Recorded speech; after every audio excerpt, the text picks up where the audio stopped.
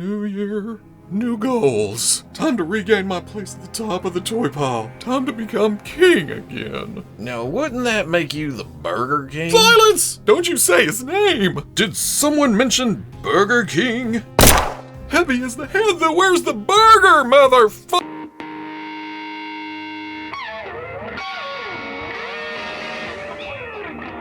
Okay, people, welcome back to another Fwoosh Weekly. As always, I'm Robo, and it's the first week of 2023. Are we all sticking to our resolutions? I think I mentioned it last week that mine is to delve further into my video editing software because I watched a tutorial and I was like, oh, it can do that? And it can do that? Wait, I've always had the ability to do this? I just have to learn how to do it? And I'm an old dog. New tricks don't come easy. But here I am, a week in. If you're on the Patreon, you saw a rough cut of what was supposed to be the intro today. Didn't make it. Because I'm like, wait, can I do that? Here, let's go to a tutorial. Okay, I'm gonna try. Well, I already forgot how to do half of it. But it's fun. It's spicing up the behind-the-scenes process, the editing, the things that got kind of, well, I'm gonna edit this video. Hopefully it's gonna spice up the videos too, because if you watch the review of the Marvel Legends X-Men Retro Wave, I kind of just tossed little tidbits in places. I'm trying not to overdo it, because you know me, I will run a new thing into the ground. But my other New Year's resolution is to continue being picky with what I buy. Last year, with the prices and just the sheer amount of plastic heading our way, I had to cut back a little here and there. And it was nice, but at the same time, I feel like I'm cutting back, but spending the same amount of money. Okay, how about a New Year's resolution of continuing to get more picky? Who knows, we'll see how it goes. The first resolution was easier to keep. Because while this week is yet again lean, you knew I'd fit that in there somewhere, it looks like toy companies are about to start ramping up again. The holidays are past, it's a new year. Let's just try to enjoy the ride. Like this week, where we saw kind of a sneaky release of the Hasbro Dungeons Dragons Honor Among Thieves Golden Archive figures. These were actually revealed a few months back during one of Hasbro's fan streams, but we haven't seen anything since then. This week, Amazon posted listings as in stock, which means no wait time, plus it's our first look at the pretty promotional pictures. Odd rollout strategy, though. Maybe Amazon jumped the gun? Or is there a timing and or confidence issue at play here? Either way, the figures look good for what they are, even though the likenesses aren't the greatest. For the most part anyway, I can definitely see some Hugh Grant in the facial features of this Forge figure. And Simon does resemble Justice Smith. I guess I'm basing that claim mostly on Holga, because if you had shown me this figure without me knowing anything about the movie, I would have went, who's playing Holga? Michelle Rodriguez? No. But for someone like me, that is not a deal breaker because I'm always on the hunt for custom fodder. Wasn't I just talking about, oh, I gotta get more picky? But doesn't this look like a Hellfire Club member? Depending on the size of this figure and your proficiency with a blade, I feel like parts and pieces of this could be used for Marvel's Troll. And then Simon's more generic garb may find its way over onto my Star Wars shelf in some form or fashion, because it just has that Outer Rim kind of feel. But you'll notice one figure is missing. Chris Pine's Edgin was originally revealed with the rest, but wasn't listed alongside them this week. At least not at the same time. There is now a page for Amicalola. Amicalola? Same price, in stock right now, so popular belief is that this is the Edgin figure. And I guarantee by the time this video posts, there will be the full picture spread, all the info, and you'll just be like, boo! Boo this man! See, we can work together for the sake of a gag. Right, little guy? New year, new leaf. $25 a pop, shipping right now, at least from Amazon. It's a similar deal for this week's McFarlane Toys DC Multiverse news. Things we already knew were gonna exist, just better looks in new pre-orders. Well, okay, that's a big difference. It's pre-orders, not in stock, but knowing McFarlane Toys, they'll be shipping out here in a month or two. And that's a good thing. Todd spent most of the end of last year doing fancy glamour shot reveals. It's time to get the cycle going. And then show more stuff, and reveal more stuff, and release more stuff. First up, Nightfall Catwoman. For me, this is one of the major looks for the character alongside her more modern black leather with goggles, and this is a nice plastic representation. for the most part. And I'm not talking about the todifications where they've spruced it up slightly. No, I'm talking about... there could be more emotion in that face. It doesn't look bad, it just looks bored. The bigger offender is the crotch overlay. Now the line definitely has its own style. The longer limbs, the patented articulation scheme, that all works within the parameters of the series.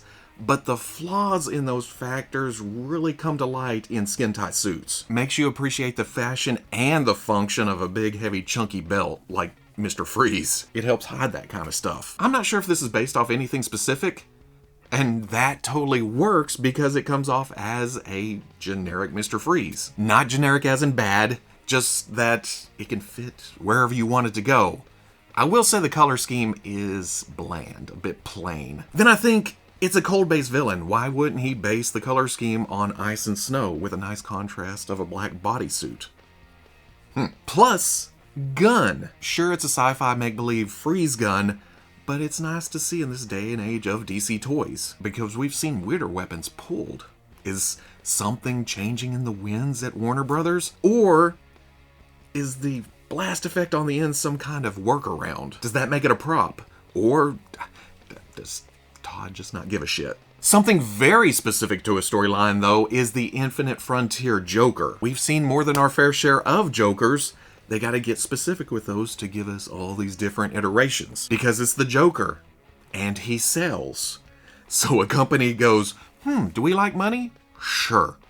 Make more. Which brings us to the easy target for that argument, Hush Batman. Another action figure of one of the most popular DC characters in history. How dare they? How dare you, Todd? But for those of you into DC Multiverse, I feel like some have been waiting for Batman in more iconic costumes. And that's Hush Batman. The blues, the grays, the very clean look. If your proclivities skew more towards the undead and unconventional looks, there's also the gold label DC vs. Vampires Batman. I haven't read that story. I'm just going by the title, DC vs. Vampires. Seems like Batman didn't do too well. Toy-wise, it's just that Hush body with a new head, new hands, new axe, new color scheme. Oh, and instead of being a general release like the rest of the DC Multiverse we've already talked about, this is Walmart exclusive. And the same goes for Shockwave Eradicator. When this was first shown, the pitch black skin tone really threw me. But I'll be honest, it's kind of grown on me. I love how it sets it even further from a traditional Superman look while popping those blues and reds. Oh, and especially those gold goggles. Makes it harder to hide that he eats peanut butter right out of the jar without utensils, though. Whoa, don't get defensive. We're just asking you to use a dang spoon, or a knife, something. Only thing I personally don't like about this is the cape. Looks really dynamic, locks it out of a lot of posing possibilities. I guess that's a problem with a lot of multiverse capes, but still. And something that just popped in my head, it takes up a whole other figure's worth of space in the display. Nobody is standing directly to his right. That's reserved for Mr. Capey. Like I said, general release for the first 4,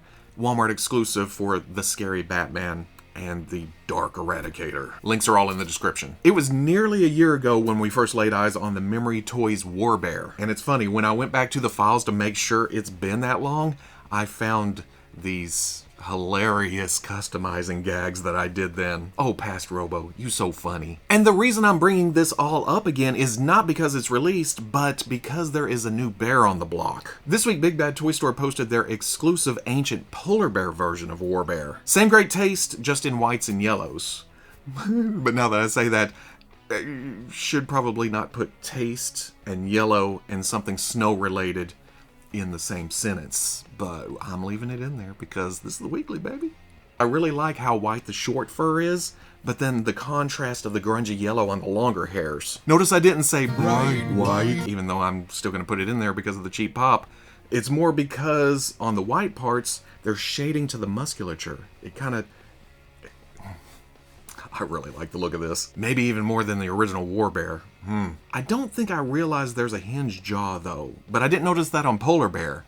I went digging deeper on BBTS and found a listing for Ancient Warrior Bear and saw this. First glance, this is just their listing for Warbear. It releases at the same time, sometime within the next month or so. Then I looked closer and noticed these aren't the same promo pictures as the original listing. And comparing the two, it seems this has a lighter overall color scheme. On top of all of that, something I didn't notice because I was so hyper-focused on the paints, it actually has a new articulation scheme and updated sculpt in places for both this and Polar Bear. The elbows and knees changed to hinge and swivels, the biceps were removed, and then the neck articulation shifted down a bit. That probably reduces the range of motion, but it improves the overall flow of a fur-covered character. Basically, it's more seamless because there's less seams, which is the definition of seamless. Does that mean the original Warbear has been updated? Is this that same Warbear?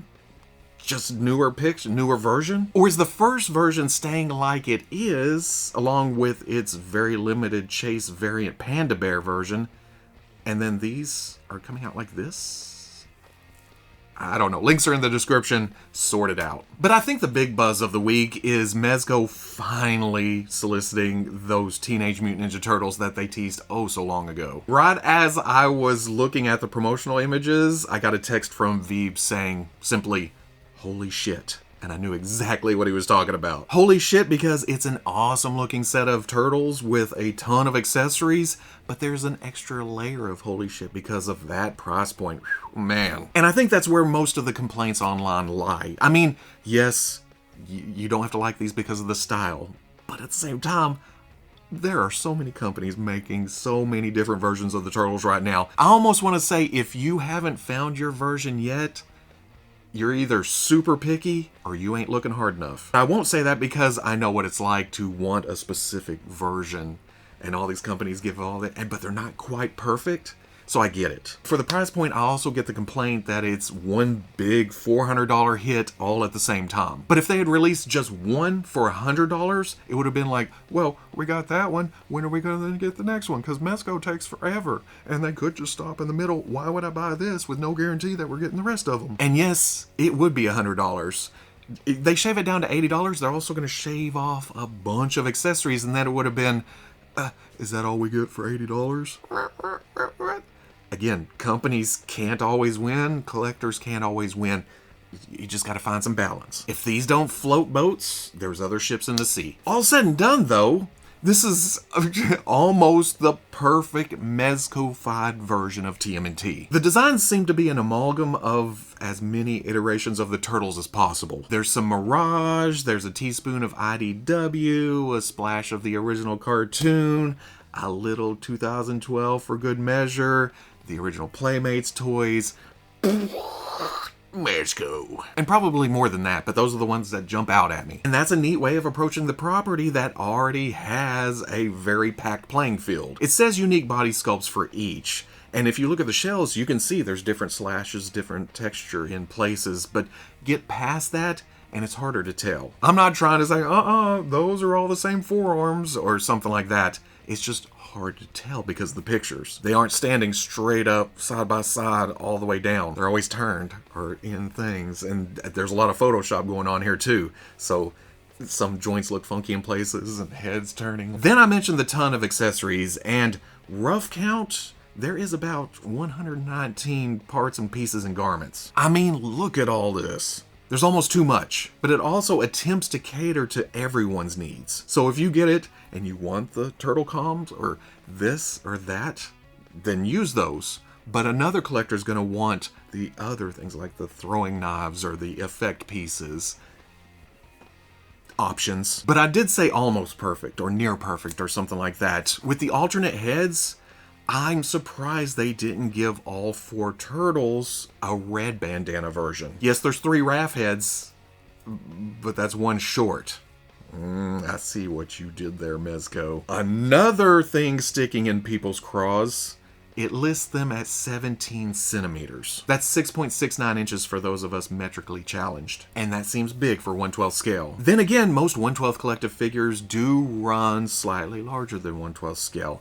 The Crow was listed at 17 centimeters. He measures slightly over 6.5 inches. 17 centimeters. Brandon Lee was 6 foot, so that's slightly large. The male Power Rangers all listed at 17 centimeters. The females, 16 centimeters. But I know that cast isn't running 6.5 feet tall. So, larger than 1/12 scale. Maybe it's a typo in the description, or these are going to be big turtles. That's just another piece of info you're going to have to take into consideration before you slap your $400 down. Scheduled for October to December of this year, which is weird, me saying Mezco and this year, but then I also realize it's the first week of January. So there's a whole year between now and then. Fingers crossed, though. And that's all I got for this week. I know it wasn't a lot to talk about, but I had a lot to say. So if I missed anything, we'll swing back around next week. If you're wanting to see any of these pictures up close without me all, did you miss me? I'll be posting all of that along with links to pre-orders, more information on the Fwoosh front page Saturday at noon. But if you can't wait that long, links are in the description. And like I mentioned at the first, holidays are done. It's time for toy companies to start ramping back up, and they're not wasting any time. Hasbro's already announced an Indiana Jones fan stream for next Wednesday. Word on the mean toy streets is that it may pertain to Temple of Doom. It may just be that white tux indie that leaked out at Frankensons a couple of weeks ago, or maybe it's the next series, along with hopefully pre-orders for the rest of Series 1, right? Then Mezco announced that next Thursday is 1/12th day. Get it? 1/12, January 12th, 1/12 collective. My first reaction was, ooh, they've spent the past month or two getting out some pre-orders that people have been waiting for. Why wouldn't they hit us with some news? But then, one, I realized January 12th, 1/12th, and then two, as I was going back in the Robo Files, I also looked up what happened on 1/12th day for 2022 and 2021. 2021 was Darkest Dawn Taco Supreme Batman. 2022 was a variant of Nosferatu. So, it may just be one new pre-order. We'll see. But it's new toys to talk about. That's always a good thing, knowing there will be more stuff next week. But if you enjoyed the weekly, comment, like, subscribe. Much love to the plus. If you're interested in seeing videos early or in a position to help out the channel, patreon.com. Wherever you may be watching this, I'll always catch you on the Fwoosh. And yes, I did end up getting another Crow. I like the figure that much. I'm not saying it's the best figure ever. I'm just saying that it hits me right here somewhere.